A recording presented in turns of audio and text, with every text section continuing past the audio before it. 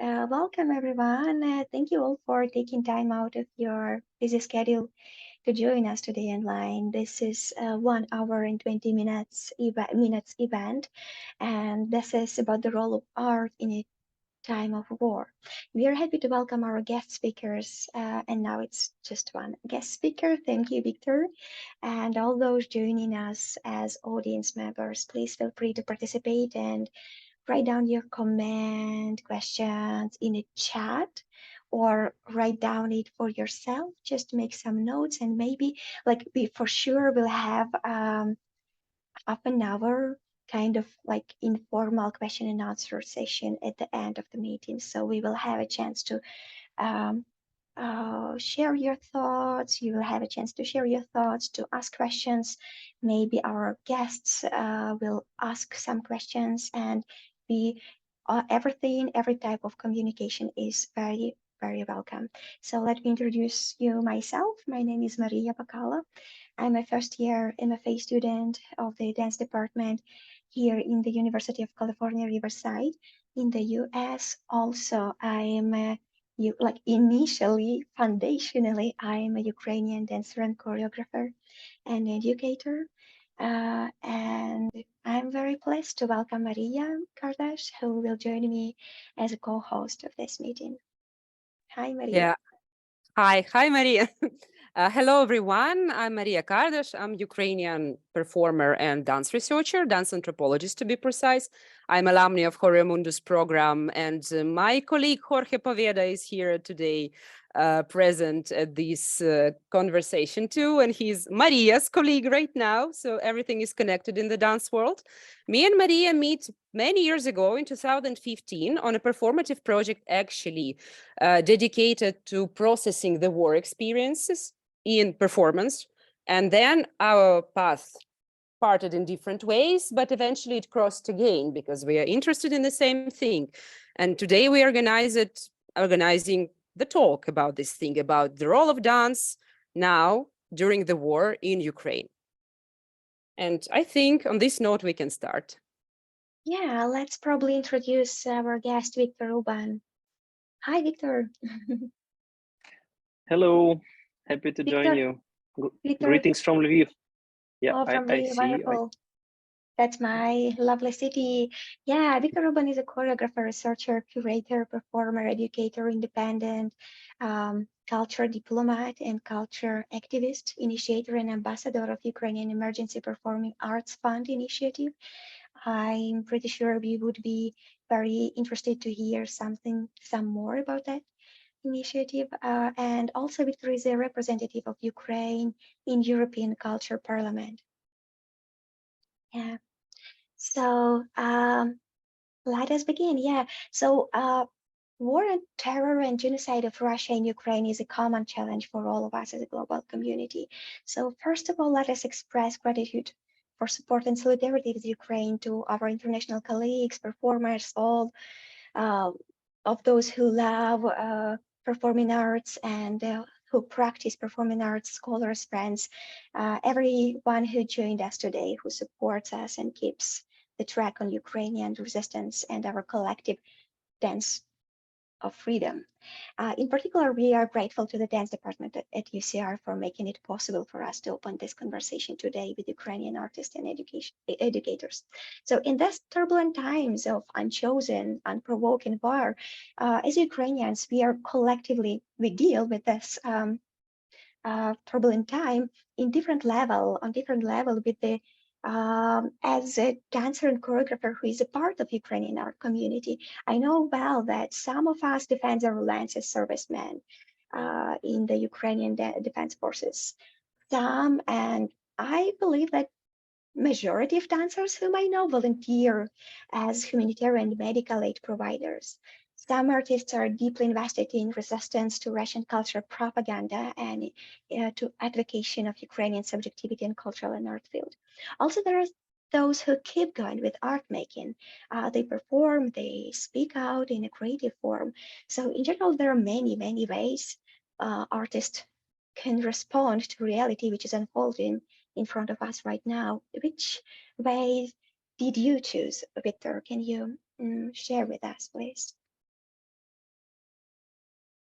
I thank you for inviting me, and thank you for hosting this event to Ukrainian California or Ukrainian so, Riverside University of California. What can I say? Like, if to answer literally to your question, why did I choose? Like, there was not much of a possibility to choose in a way, because if to think on the distance, like I mean, like I'm doing a lot of events, and I'm helping. I'm involved in many initiatives at the moment from Ukraine about like raising awareness what's happening in Ukraine in other countries, and I communicate with many people, many of my colleagues abroad, and it seems that like as further away you are from the physical danger and physical situation, you can think in terms of choosing you're being in or out. And actually, if I identify myself as Ukrainian, the fact of breaking the border, the fact of invading territory, the fact of really danger that is instantly present for at least part of our population and people, territory of Ukraine in general, it's already activates your involvement in the situation, because if you identify yourself as Ukrainian, you feel the borders of yourself, of your identity, are challenged. It's already making you a part of the situation. That's why I must say at this moment, for the Ukrainians, especially for the Ukrainians that are abroad and maybe think of like having a hard time to position yourself towards the situation, that I can understand that it's not possible to withdraw yourself from the situation here. So somehow the only choice that I made is to stay in Ukraine or to go out of Ukraine, because I was proposed by my colleagues from abroad to be hosted in France or in Germany, in many countries. I'm very happy that my colleagues were so supportive all this time. So they were asking me, especially during the February of 2022, after the full-scale invasion, if I need a refugee with my family, with my colleagues, and this was the only choice that I was making. That was really not even the choice for myself, that I cannot leave the country. And my choice was based on the fact that I understood already that I would feel myself very vulnerable if I will not be physically present here, because this is not only about my family staying here. This is also about the institution that I was investing my all efforts and energy into building up to, which is Kyiv Dance Residency Dance Platform, Impulse of Transformation Platform, also Ruban Production also as a part of the platform for helping Ukrainian emerging artists to be visible abroad, or like to help them with advices, or like to help them, supporting them with the different opportunities or possibilities to find the colleagues for the networking abroad, and so on and so on and so on. So I couldn't leave it here. Even the physical space of Kyiv Dance Residency, which is based in Dovzhenko Center in Ukraine, like was already quite a big argument, or like quite a big like point to mention that I couldn't leave it just like that, not knowing what will happen.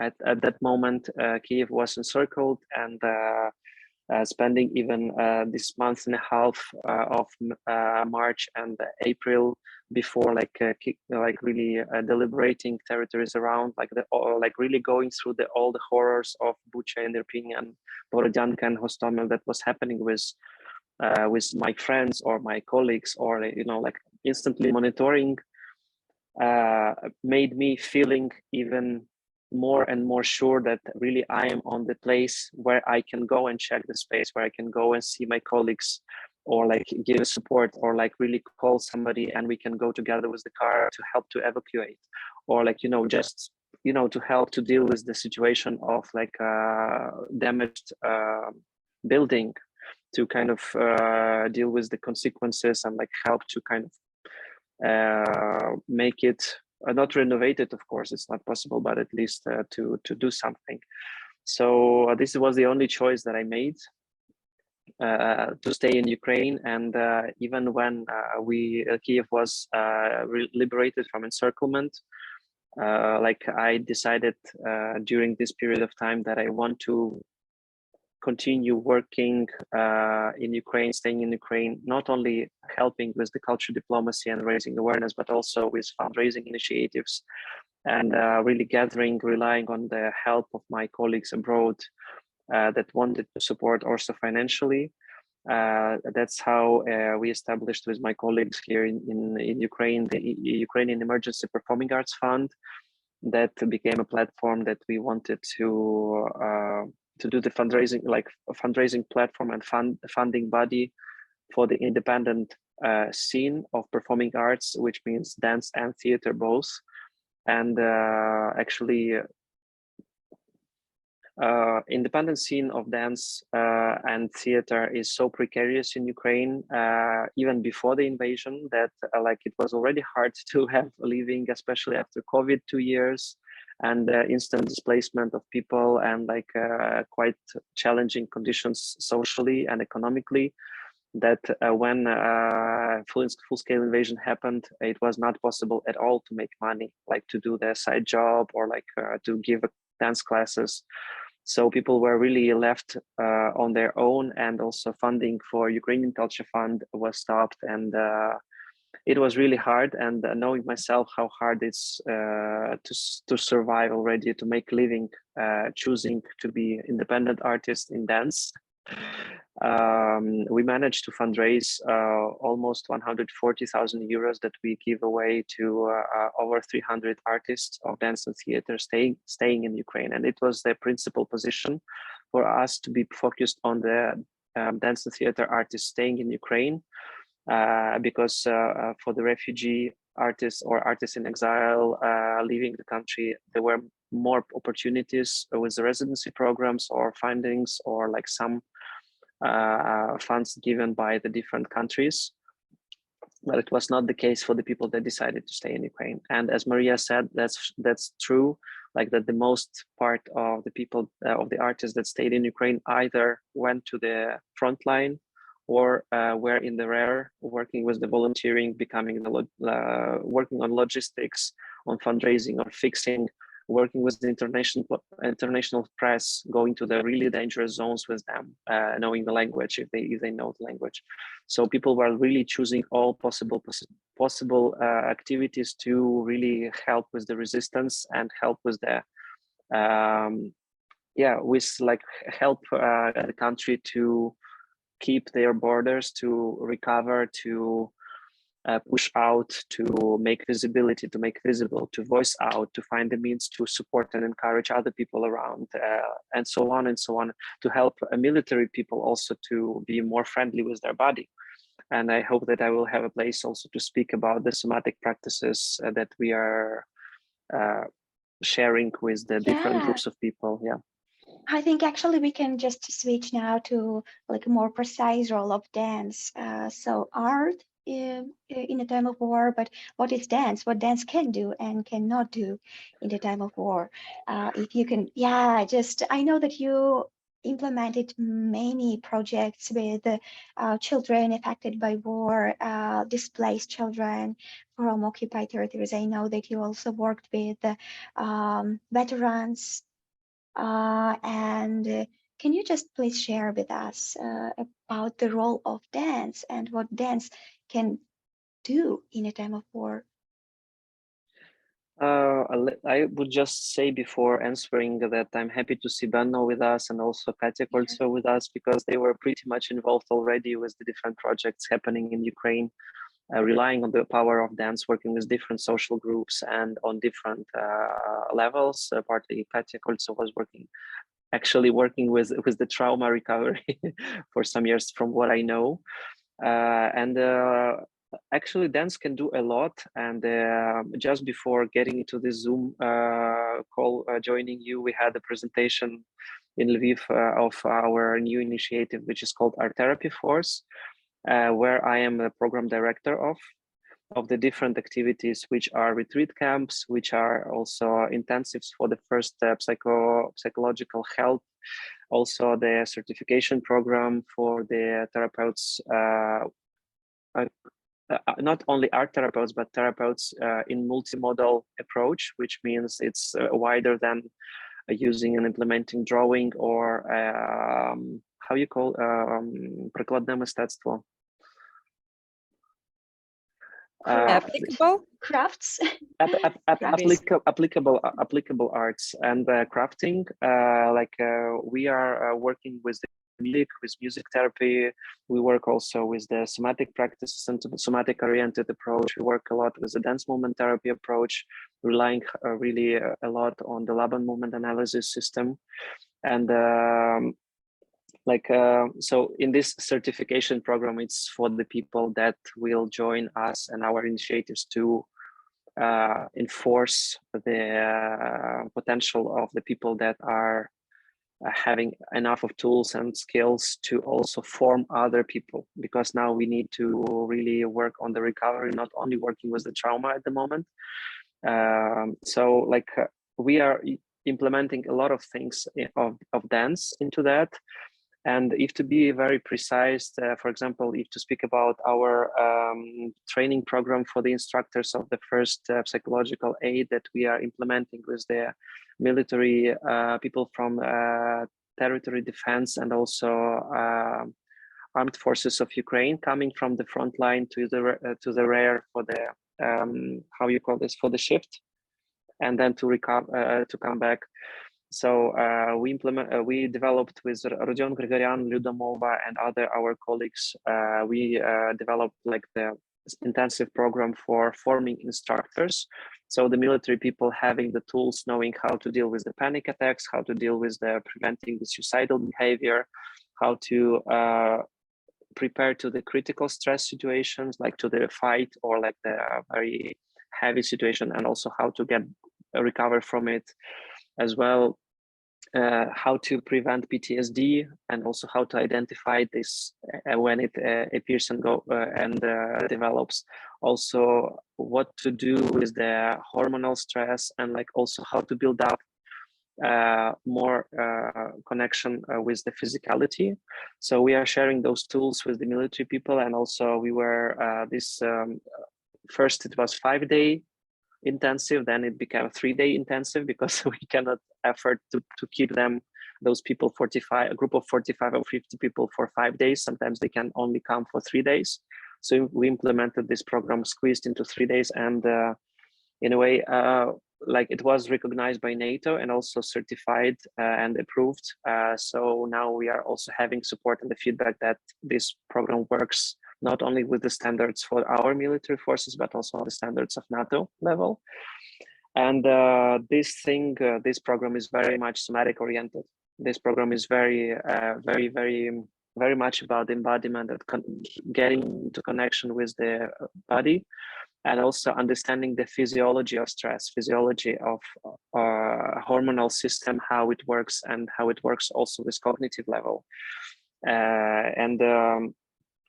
To say like really precisely in the context of dance, the main focuses that we are pointing on is grounding, centering, work of the breathing, and connection of the breathing, and like restoration of the different breathing patterns, and profoundness of the breath, like sharing different exercises and things from the that we are using in dance to get connected with the breath.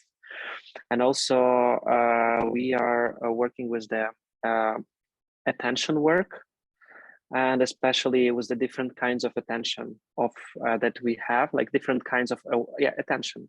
It's the work of the attention of focused or directional attention, flexible attention, and absent attention that should be balanced. And like the people that have no experience of somatic practices or movement or dance, they are having a hard time at the beginning to connect, like, and to understand the value of those things. But the second day, they already say, "Thank you. We had a much deeper sleep," or "We understood, like, if we knew that, we could really cope with the panic attack of our peers on the front line much easier."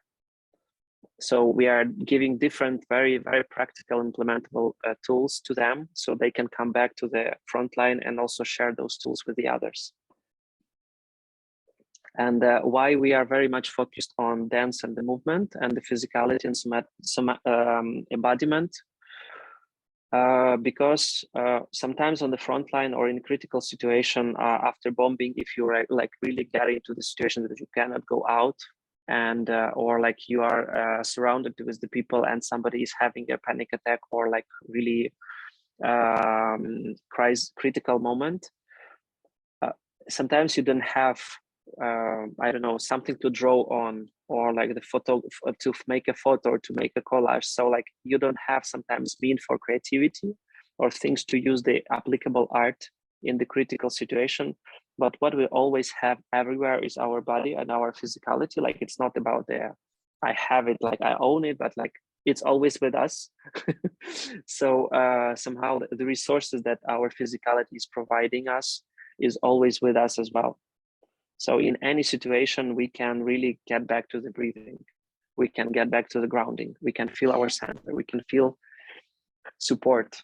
We can feel the bone structure. We can feel our pelvis. We can feel our back together to the concrete wall or something. So it's already something powerful that could help to at least to get back to the senses. Mm-hmm. And that's why we are very focused on dancing. Yeah. Yeah, sure. Thank you. Thank you.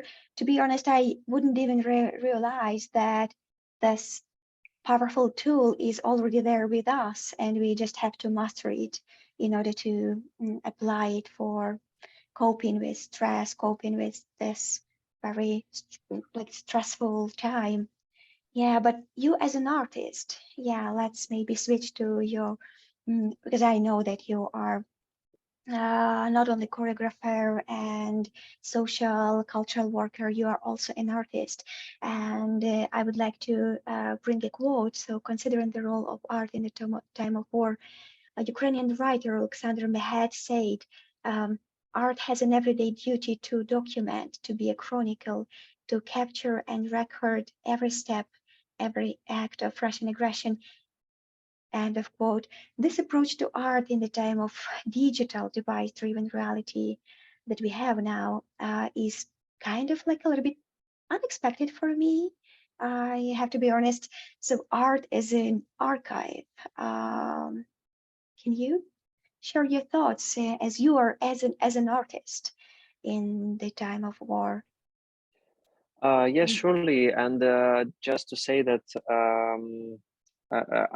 archiving is, of course, is a very important thing. But for myself, for example, a year ago, when I was asked as a form of also financially to support me personally as an artist, like to make the creative gesture or something related to the dance as a, you know, like as a form of exchange to receive also the financial support, I realized that I'm unable to dance in response to that, and I felt that like I was pretty much blocked for dancing until I think August or September.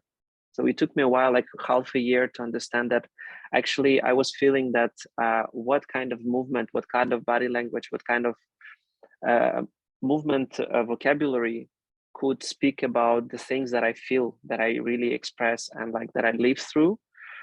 And the only thing that was working, and for me and for some artists that are working with the texts, was like really this thing of fixing reality, or like of really fixing in terms of like fixating, maybe will be more proper word.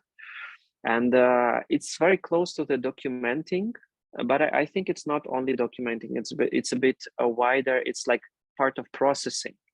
It's part of processing the reality and our experience.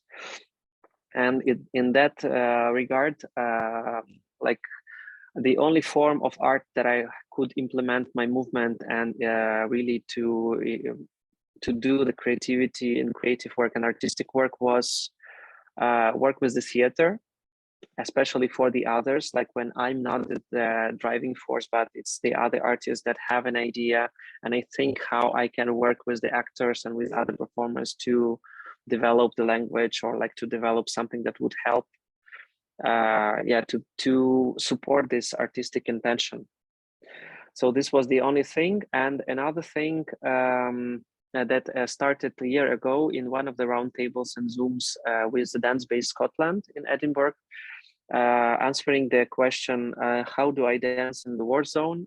It was asked by Mariia Falconer, who is the photo artist and like really interesting photographer of Edinburgh Fringe Festival, of the dance scene especially.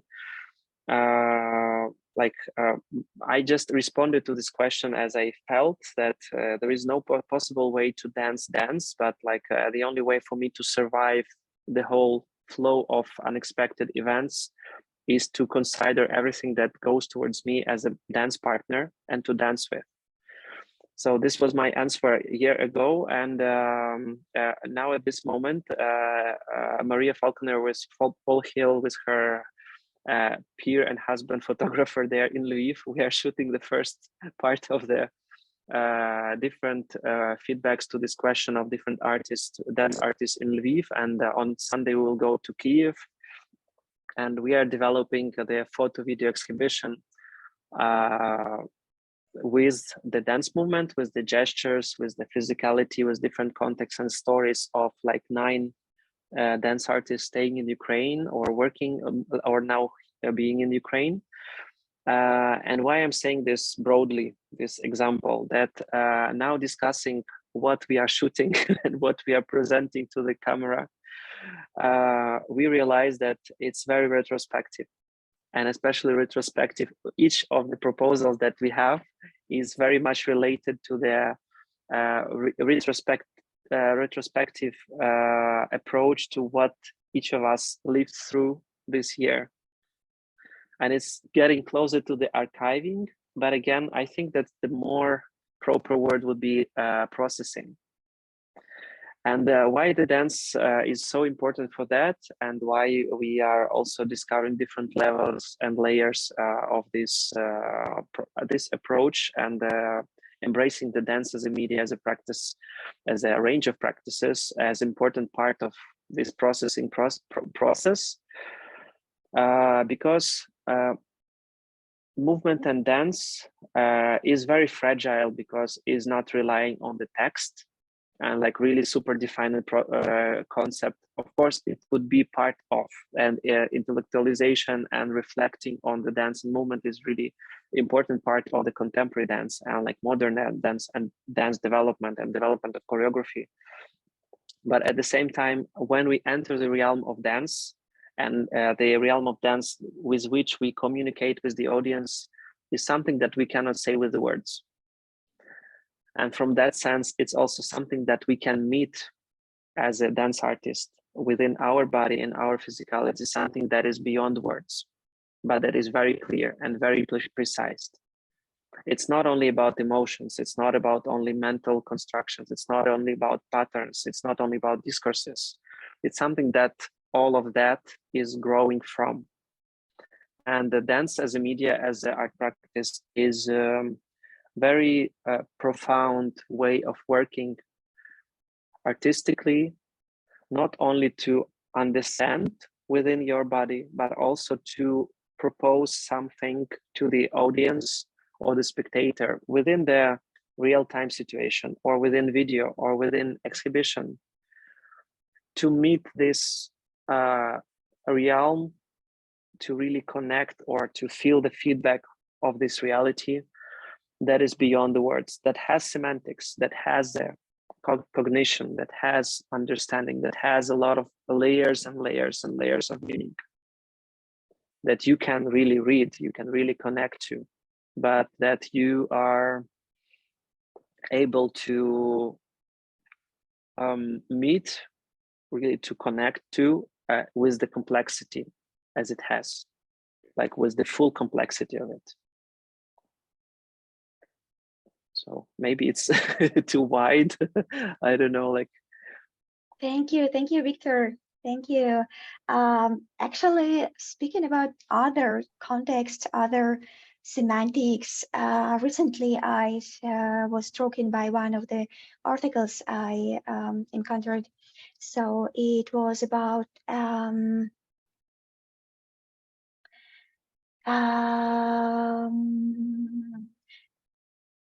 we can also know that through the dancing body, we are able to somehow flesh out some intense experience into a form, like to give a shape.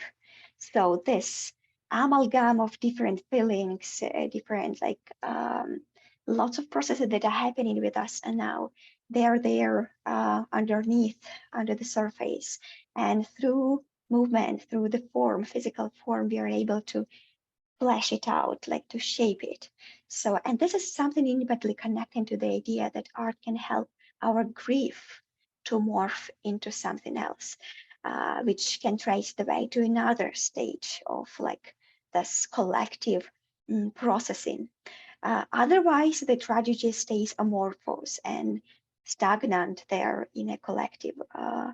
And yeah, that makes us stuck on one-on-one with this unbearable experience, traumatic experience. So that was actually an article by William Blaker, Associate Professor of Ukrainian Studies at University College London. And his book and his article more kind of like connected to the Soviet and Polish tragedy of Katyn, like this remembering Katyn, when Soviet army, just demolished 20,000 of Polish soldiers, executed them at Katyn. So their bodies were hidden in the forest. So their relatives they couldn't have a chance to bury them, couldn't have a chance to mourn them. And finally, this like pain and this grief turned out to be a Polish resistance. And so the author analyzed these ways of ability or inability to mourn and to process the trauma through some kind of shape, some kind of maybe art too. And my invitation for you, Victor, like, can you offer your opinion on the role of art as a symbolic gesture of an act of mourning or act of processing? And if you can expand your thoughts, I would appreciate it. There is a certain degree of like really limitations towards that. I like in this situation, I will speak as a dance movement therapist that like working with the trauma or with different very strong emotions, very strong experience, traumatic experience that we have, or with the loss or with the violation, or like with each, like it has a different range of different practices, but there are levels of meeting the trauma and like traumatic experience and like channeling the anger and channeling the anxiety or fear or like all those very, very strong emotions that are really in our body, in our physicality. And then there is a moment of recognition of them. And then there is also a moment of integration, of like really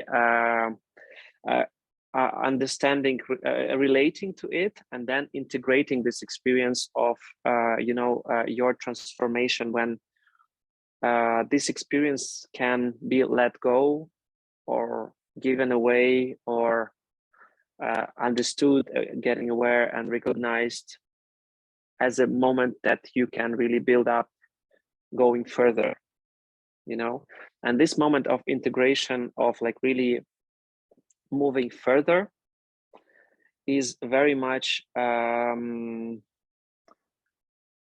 demanding of like your own work together with the help of the therapist or together with the help of the people and surrounding of yours and so on.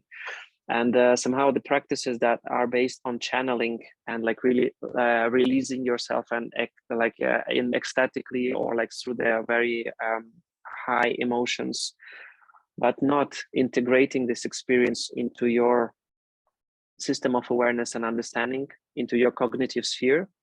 If this moment skipped, then we have a tendency or to push away this experience and hide it, or to understand it as something that we will need again, and so on. So like there is a very thin line that should be taken into account, like that this integration, recognition of this experience and integration of new awareness and understanding is very, very important. And if the artistic projects and processes are avoiding this stage, which is also very much necessary to be moderated with the full awareness of, like, you know, stress and a range of the trauma as well, and also different ways of processing reality and understanding the different ways of how the cognitive works, you know. So it demands also certain knowledge and certain practices that could be helpful to go a bit on the territory of therapy, not in the therapy, but with the understanding of those things, to make this process more ecological to the participants and also to the audience. And it was the first part, and the second part is about the ethical aspects, and also of really going through the, like, what is the motivation of this or that practice that can be also more fair relation with the people involved into this process, to build up, you know, like the communication on clear way. For example, sometimes people working with the people with the victims of violation can just drop a line that, oh, I understand you, not having this experience in their life. And that could be a very traumatic experience for the person just to hear this single phrase, you know. So just to understand this thing, how you are related to the topic, how you are working with the group of people, in which way you are building up the relation with them, and like what's really the real, like, thing that if you are able to go deeper with the people, or like really to be able to survive through this process of working with this specific subject, you know, and to accompany or to be or to dive into, like to be humble with that, to avoid exploitation of certain topics. That is very, very thin ethical line. Yeah. Yeah, thank you, Victor. Thank you. Thank you for this comment. I'll come back to the topic of art as a hive, and I kind of continue a comment as well. Like last year, exactly in this time, I was participating in the residence for theatrical artists in Katowice in Poland. And we were 14 women who all crossed the border, and we were making performance and about our own experience. In the end, we thought what would be the best form, and the only form that could be possible to talk about the war in Ukraine right now was relying on our own experiences. And the first, maybe, I don't know, 3 or 4 sessions of our meetings, it was actually almost therapeutic session of all the artists sitting in the circle and crying, and sometimes crying in unexpected moments where you don't think you would cry, but you remember something like from your flat and then you're gone. Yes, as our director was also one of the refugees, and it was her story that she was quite calm. She listened to all of us, and then she started to tell her story. And then at some point, she thought about the plant on the window that's going to be dying without her, and she lost it as well. Yeah, so this is, I think, the only form that is possible in general right now. The most maybe the one that is talking to the audience as well. And we found an interesting effect when we already processed actually the experiences, and now that we play it, we still play it, not that often, but still. And for us, maybe it's not that touching anymore, but then we see the effect on the audience, and they still can feel it, and that still produces some effect, and that still makes people go and then donate after that. So it needs to be done. And another question that we were received quite often on the meetings, like after performances, can we make art about the war right now? Maybe it's too early. Maybe it's not the time yet. And the only answer that we had, like, of course we can, because this is the way we speak as artists who are abroad. Okay. Another, yeah, Maria, you wanted to add something? Yeah, I agree with you that everything could be triggering. I understand you very well. Yeah, and like literally whatever happens around could trigger any unexpected thought or any unexpected relation. I think that this experience of being in the reality of war is very triggering itself. So, and it's unavoidable. So, and it's for sure, I'm afraid that it's very intimate process. And from the person outside, it's probably almost impossible to connect, to relate to the full extent. Yeah. And maybe at this point, Victor, if you can to share something or to add, or we can proceed to the next question. Just maybe to add that I think that it's the responsibility of the artist to understand if he can manage to go through this question. Like for my perspective was that I couldn't find the movement and dance in relation to the war. Somebody has this as a possibility to be processing the reality, and for them artistic practice is part of that. You know, like artists are so different, and their creativity is driven with so many different things. Of course, if you are going to the stage performance situation and you are really working on the art piece that you will be presenting to the audience, you as an artist, you need to think of how you contextualize, how you address it, how it will be performed, how many times it will be performed, in which way, and so on, which kind of activities you can support. Like, and if you will have a, for example, rule for yourself within the team that you will stop performing it when it's like not working anymore. I don't know, like, for example, but to be really clear with this topic relating to the audience and proposing it to the audience, then it's absolutely fine, I think. Like if you feel ready to that. I have a bad times seeing sometimes when it's not synced, it's not like taken seriously. And when people are taking very like juicy subjects, very, you know, like related to the big situations or big common experience and collective memory, and they don't really question that it's not just like really strong topic, but this is the topic that they need to really know about, or to be able to go deeper than just to expose something, you know, like tragical. Of course the audience will respond, but then what this audience will bring with them after, you know, like how it will affect the audience, how the audience will survive with this topic if it's just like thrown on them, like if there is no transformation, if there is no way out or kind of idea, proposed clear idea or statement of the artist towards this strong topic. Like it's just like, oh, it's just like that, we felt it, it was like inspired by, or like we wanted to kind of contribute, make a tribute to something. But when the people are staying on the surface and using artistic work just to introduce or describe, or like just to touch the surface, then it's problematic for me, again, on the ethical reason, if it's really if this form of exploitation is fair enough for the audience. And also, like, sometimes the audience is responding really strongly and artists are not like question like why people are angry at the end, you know, like, and why people are getting upset. Sure, of course, it's a normal reaction.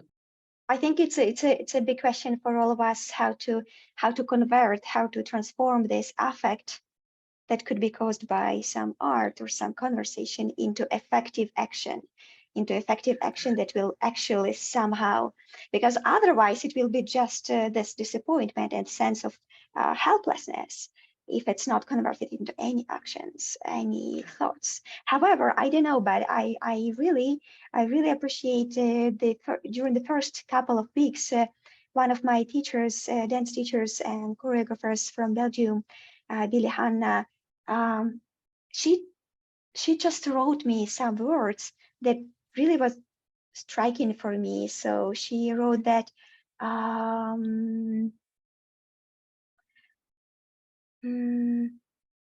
yeah, I'm happy to receive news from you. I worry for you. Please allow me to worry deeply and lighten your burden this way.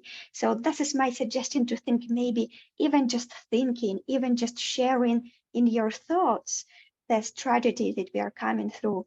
It's already some small gesture, some small action that could help us bear this unbearable burden. Yeah, so maybe like the action, like, yeah, so from one perspective, we need to search for any effective actions. From other perspective, even just keeping it in front of your eyes, keeping it in front of your, within the realm of the issues on the table, it's already a big gesture actually that can help us to bear this topic, to bear this reality, and to survive actually. Yeah, and like the thing that, just to end up also my thought, that like that people are taking the very strong topics, they should be ready for the very strong reactions.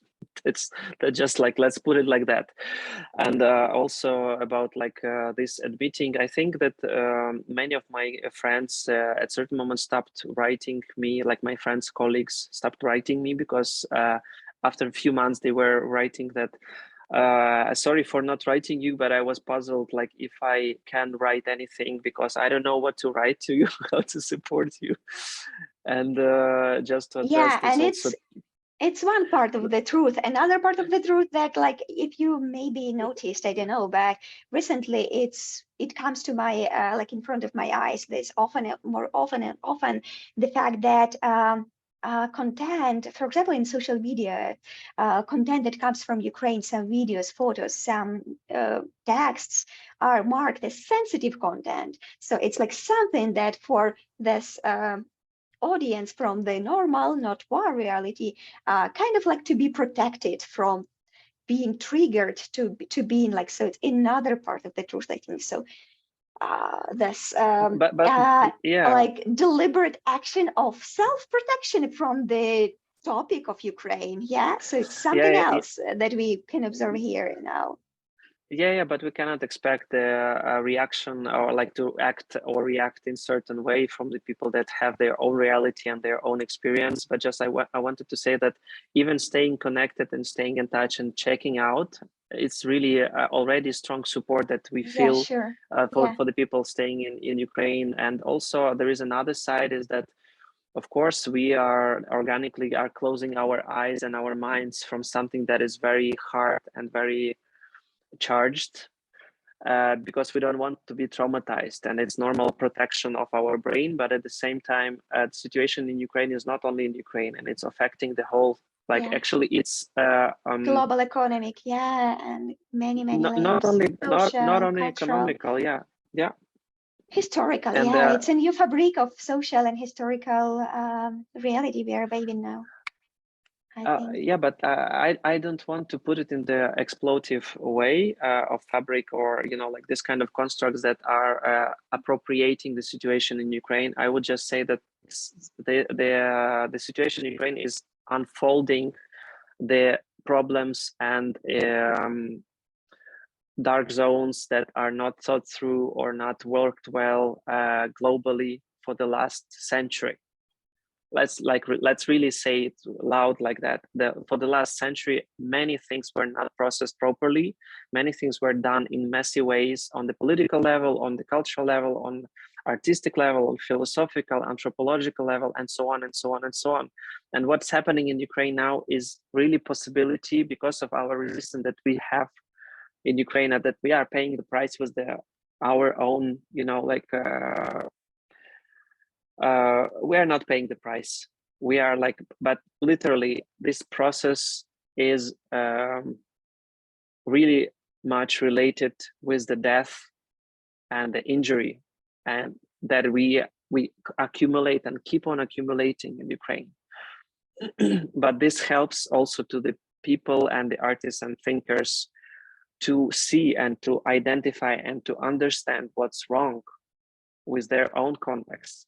And like, you know, like this organic thing of like, okay, if I will close the eyes, the situation will not disappear. Yeah. So Yeah. staying connected with this exalted and like very strong and powerful things, and Thank you. feeling and also looking for the possibility to process it together and to understand how it's reflected in your own reality is a part of the recovery globally. Sure. Thank you. Uh, Thank you for that. Yeah. Yeah, fully I agree. would, yes, I would pick up Victor's thoughts about that. What is happening now is result of the last century that we didn't actually made or like work on mistakes, let's say, didn't process it again, something. And I would name it, we didn't process it, Russian imperialism. There is a big work done now in the Western society, in the Western world, on their form of colonialism, and the Russian one is still present, as we can see. It's still there because they invaded us, right? And let's talk about briefly, maybe, because we are almost close to the time of opening the space for questions. But let's mention the process that is happening now that Ukraine trying to advocate, which is canceling the Russian culture in the world. We would like to hear your thoughts on that. Actually, Benno is present with us, and he was in live situation when I was in Stockholm 1 month ago. I was speaking to this, responding to this was one of few questions, and it was like almost over than 2-hour talk. So it's very, very big thing to answer. But to squeeze it briefly, that I think it's not only Russian imperialism. I think that we have a really big resentment at the moment to the imperialism in general, and it's also what I can identify. It's part of the blockbusters, which is the Game of Thrones and also Crown, and you know, like in the media culture, people are really like getting wild and really watching this, like, you know, things that are very much imperial oriented and very much feeding this line of thought that imperialism could be nice or could be romantic or could be whatever, you know, which is a very tricky thing, but it's the responsibility of the industry, audiovisual industry and cinematography and big brands and so on. What I would say that it's not only Russian imperialism, but like globally, somehow it's this decolonial process that is called and named after post-colonial, decolonial. I think we are still need a lot of years of decolonial, not only studies, but work. And somehow situation in Ukraine and also decisions made in favor of economical processes different, of like letting things happen in relation to Ukraine and like closing the eyes about this gray zone related to the middle of something that is not really only now appeared on the map after the full-scale invasion. For the last 8 years, many countries, many people were just closing their eyes. And also the same what was happening in Serbia and Croatia and Kosovo, and still unfolding, and in Balkan countries, and also like what's happening with Syria and so on. So we see that the whole thing worldwide is very much about this geopolitical forces dealing with each other and like trying to figure out that actually imperial narratives don't work for the globalization. They like, if we'll go towards this imperial narratives, we'll have to go back like to the 19th century and throw away all the things that was happening and say like, okay, we will close the eyes to the massive extinctions and everything, which is like then the end of the humanity somehow. So when we speak about the banned Russian culture, mostly from my perspective, and what I'm trying to address and explain as much as I can, that we don't say about like really canceling. We say about revisiting and really going through what was appropriated by the Russian culture from other ethnic groups, other other nations, other processes, historical processes, other, like people and phenomena, and also really to think if this part of Russian culture that is very much related to the greatness of Russia as the greatness of other former imperias, whether it's a good thing or the good, like Tchaikovsky, like, these great names for the beautiful operas and buildings of classical art.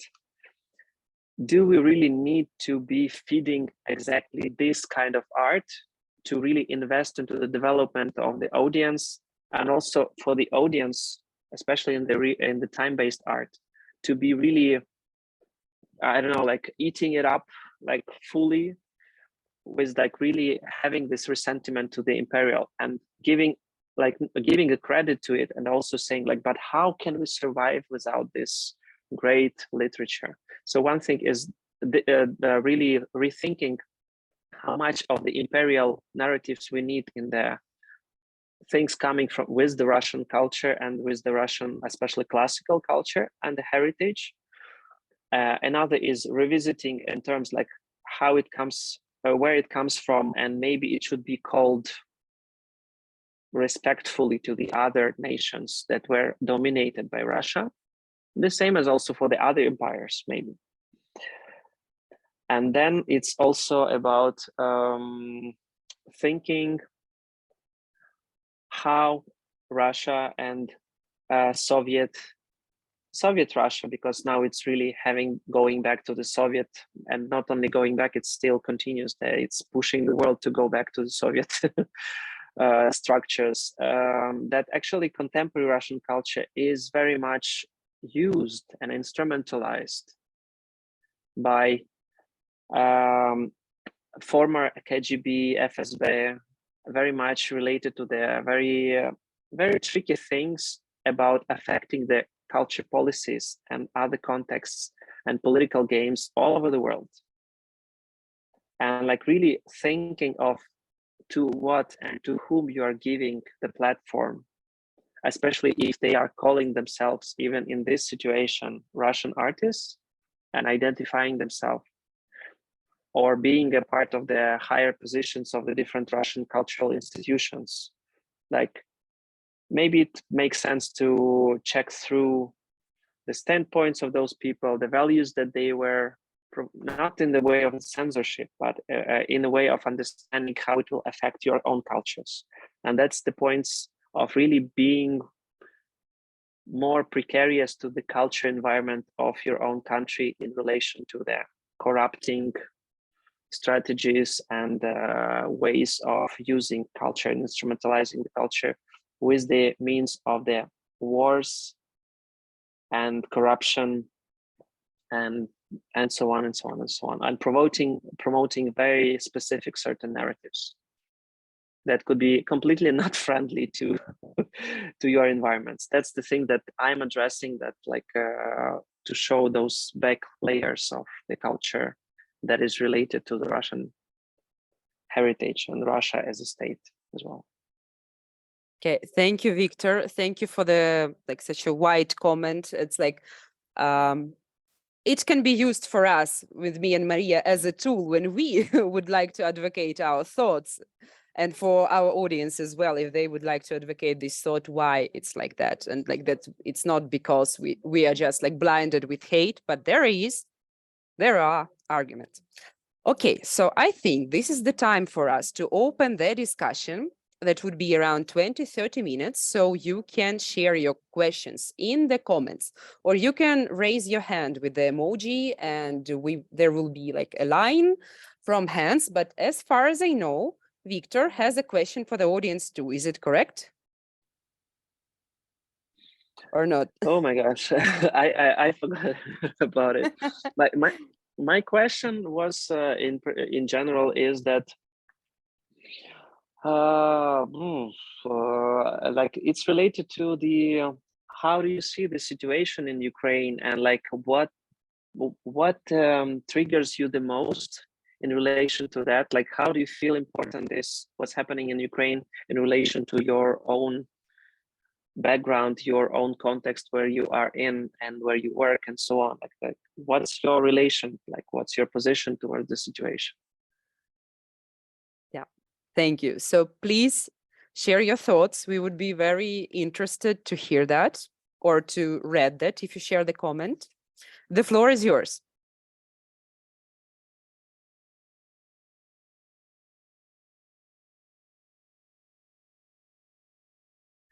It's a big question, so it's Yeah, we need some time to collect the thoughts, probably. Yeah, it's an invitation to just to take space for our guests and the audience members to respond, to share. Katja also, yeah. Oh, great. Hello. Hi. hello. Hello. Thank you so much. This has been extraordinary conversation, and I hope you'll be willing to share the recording with those of us who would like to listen to it more than once. It's really extraordinary. Thank you. Thank you, Victor, for joining from Lviv and to the hosts. And I'd like to answer your question or address your question with another question. What's been hard? What I found hard recently, you know, at the beginning of the large scale invasion last year in February, March, April, May, you know, I just had my reactions. It was immediate. It was happening so quickly. You know, at that time, I still had hope that somehow this would end sooner. And now, after over a year, how has what has changed in your perspective as artists and as lived bodies who have now, you know, experienced over a year of this and the duration of time? I really have a hard time knowing how to act or how to, you know, what's the next, what can I do now? Over a year later, what has changed from maybe what I would have done a year ago? And how do you make sense of this over a year into it? Thank you. I can answer. Thank you for the reaction, and somehow like it's also the part of the question to your question that what I realized after 1 month of encirclement is that I will not survive if I will connect and stay and rely on the reaction, just because the horizon of the whole thing is evident that it's like really for years and years, like because the mass that is done for the last years and that accumulates through this year even more massively is so immense that it's for the decades to really to cope with and to really to go through. This is one thing. So we really need to, like me and my colleagues and the project that we are doing are very much recovery oriented, which is about the resilience and which is about like really how to sustain, how to be really not sustainable, but how to be how to find the ways of recovering yourself even in this situation, in this context, you know, like how we can continue go through and live through, not being corrupted, not losing our humanity, not losing our senses, not really losing our senses is very important already thing, like we really this is one of the things that we need to be in the very long-term perspective, proactive perspective of doing and preparing things to be really oriented into the nowadays that has the not only future but also the past. Because part of the things like I really love this concept of Tristan Garcia saying that past, present and future is not linear. The biggest thing of the problems that we have is because the world is trying to be linear, that it's that the life is something thrown from the past to the future. But he proposed another optic that the future is the base and the past is on the top of it. Oh no, the past is the base, the future is on the top of it, and the present is how we see the past through the future. Like what we underline from the past as important things to make the future possible, and like really to admit the mistakes, to admit things, like not to be traumatized instantly about the guilt, like we fucked it up. Sorry to say this like that, but we almost failed as a humanity, and like what's happening massively with the ecological crisis, with the heating, with the heat, with the wars, with the mental disorders, and like also like, you know, like the toxic environment that we created on all possible levels, political, and so on and so on.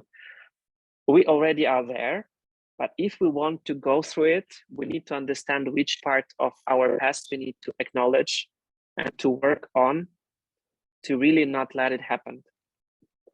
Like to be very practical, for example, it will be not pleasant to hear, but the things that we blindfolded after the Second World War about the crimes that were done not only by the Germany, not only by the Nazi and fascists and so on, by Soviet regime as well, but also other countries that escaped or played in favor, not only about against humanity, but other crimes that were done. If we will not admit them, and if we will not work on the responsibility in relation to that, or like really changing the principle of the justice that will be making it not possible, you know, no matter how strong position you have in the United Nations, you know, like this thing of revisiting past in order to really to find a way to have a future by living right here, right now, differently. You know, like this is one of the things that I can respond, that it's very, very important to keep it as an optic, as an artist, as an institutor, as a thinker, as a journalist, as an opinion leader, and so on.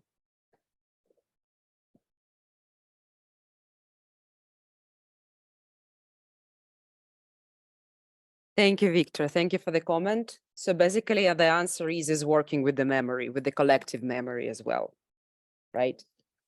Yeah. Okay. And collective responsibility as well, and private and personal responsibility as well. Okay. We have another question from Anusha.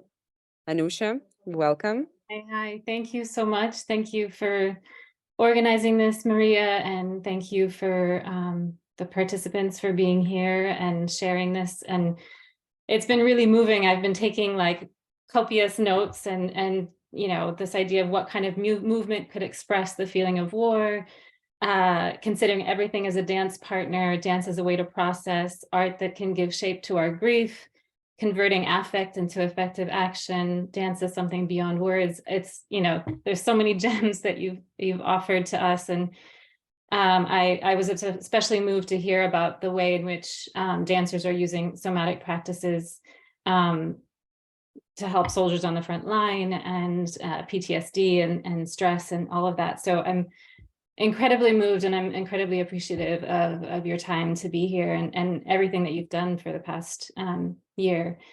I just wanted to offer my answer to your question. I feel quite helpless, to be honest. And I'm sure that's a shared feeling amongst many people, especially being so far geographically and perhaps culturally, historically removed from a particular situation. I feel quite helpless and there just seems to be so much war, whether that's actual war or a kind of, you know, ongoing discrimination or police violence or caste oppression. Like there's battlefields everywhere, and it feels like, where do I put my attention and it without kind of exhausting myself, but how do I support everyone without kind of depleting my own resources? So I'm just curious to know, and I recognize the kind of burden I'm placing on you to sort of tell me what to do. But I would love to hear your thoughts, especially for those like who are, you know, quite far removed from the situation. What is the best way to kind of support those, even if it's small things? I think Mariia was talking about, you know, even these small gestures of support can yeah, help people survive. So yeah, I was just curious to know, like, what has been most helpful for you in this past year, that the support that you've received from perhaps outside the Ukrainian community. What's been most helpful? Thank you for the question. I would surprise you. I will surprise you. Because I had recently a very interesting conversation with my colleagues.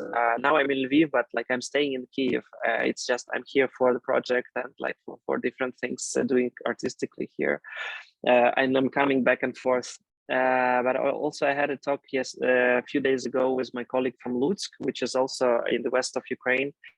And he told me that they are doing a lot of the logistical work, and they transformed the theater into a logistic hub for the drones and the munitions and medical things, and working with the kids, trying to find the ways of them to work and to do something together creatively so they can process the reality easier, so the acting practices. And he told me that Lutsk didn't have the rocket hits and like different kind of things, but the people around him struggle with this trauma of survivor a lot. And I was not even thinking in those terms. And when I shared the story in Lviv, and the people that are staying here, they say like it's the same situation here for many people. And what I can say that it doesn't make sense to traumatize yourself with the like that you didn't do something, or I don't know, like in any situation everybody can do something like this, and to do something is already the answer to to do something, like to do little thing that you can, like maybe to find some initiative that you want to stay in contact and check out, and maybe help directly if you can do something small, or to find somebody in the United States and to join, like if you want to do something in relation to Ukraine, really directly. But I think that the most important thing nowadays is to activate this mode of proactive citizenship and responsible citizenship. Really to understand that no matter where you are, in Germany, in France, in any country, we got very corrupted through these decades of years of really relying on the power structures, relying on the, you know, like a political system that we live in, the environments. And it made us, I can say it about myself because it was something that I got aware in 2014, that I was irresponsible. And that the result of my actions was the mess that we had with the Crimea, with the Donbas and Luhansk region. Just because I was ignorant to the question of language, to the question of really addressing that we need to do festival work, for example, that I could do in different region, like really making this east part of Ukraine not being corrupted more and dominated by information field of Russia, you know, and doing artistic project very much related to the Russia. So they were preparing it all the time, like really particularly investing huge amount of money. And me as an artist, me as an institutor, me as a curator was ignorant to those things, and I did nothing to that. So I felt this huge responsibility, and believe me, I was depressed for 2 months just to understand that I fucked it up, and I dedicate the following 2 years into culture reforms advocacy and getting very politically active in a way. And that's how I become culture activist. And I realized that culture diplomacy, this is something that is not that I have to do within the Ministry of Foreign Affairs or whatever, but I'm an artist and I work internationally. So I need to be responsible and to do this mission. If other institutions don't know much about the actual dance scene of Ukraine, or they don't know.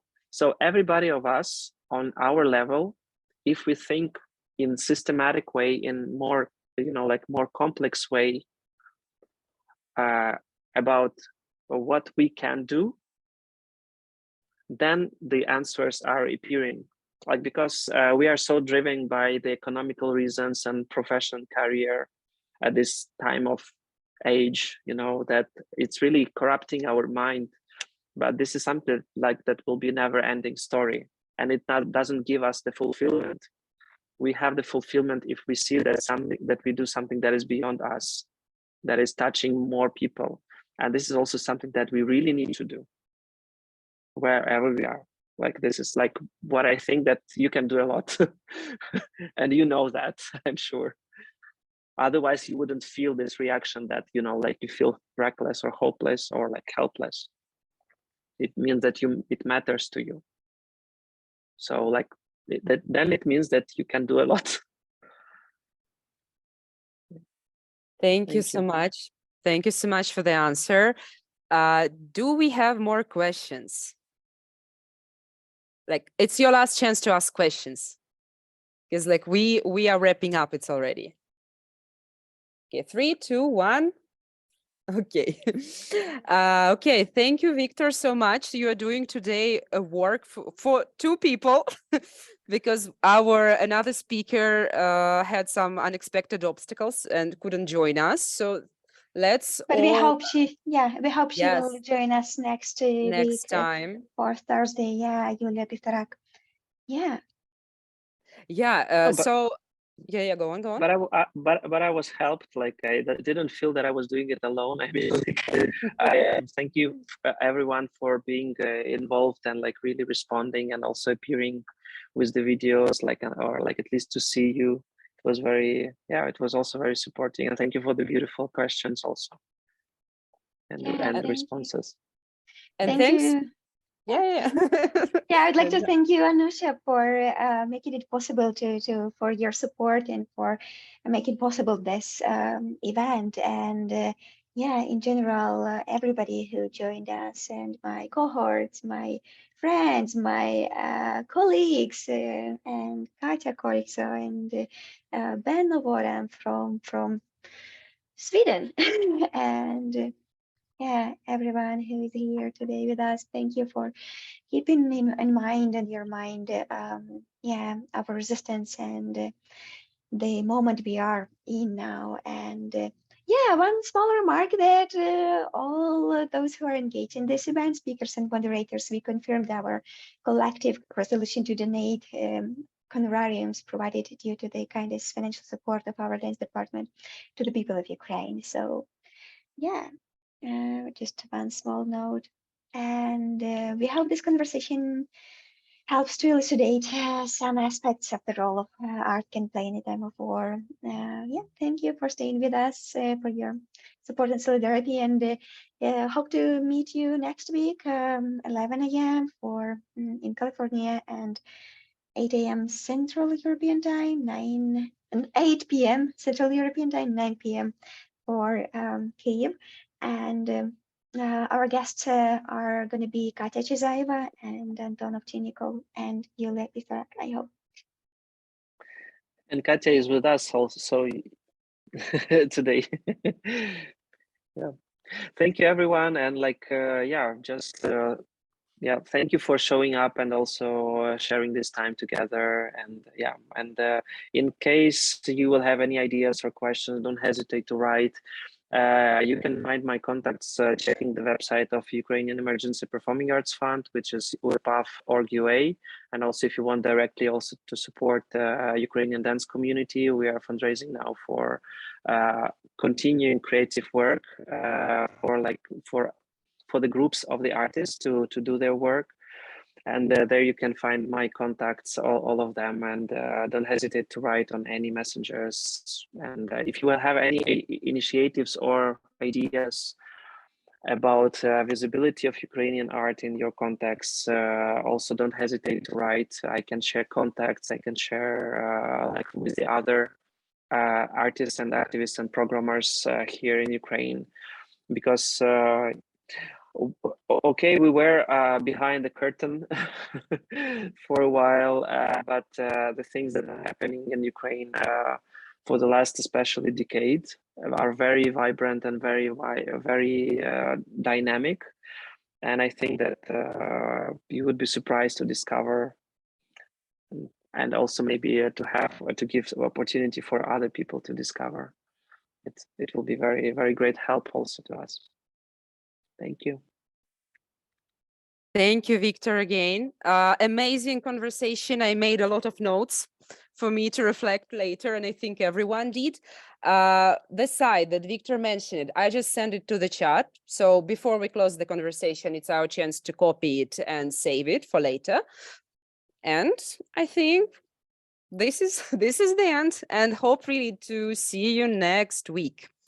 Or maybe some another time if we decide to continue these conversations for longer, because maybe we'll do. Yeah.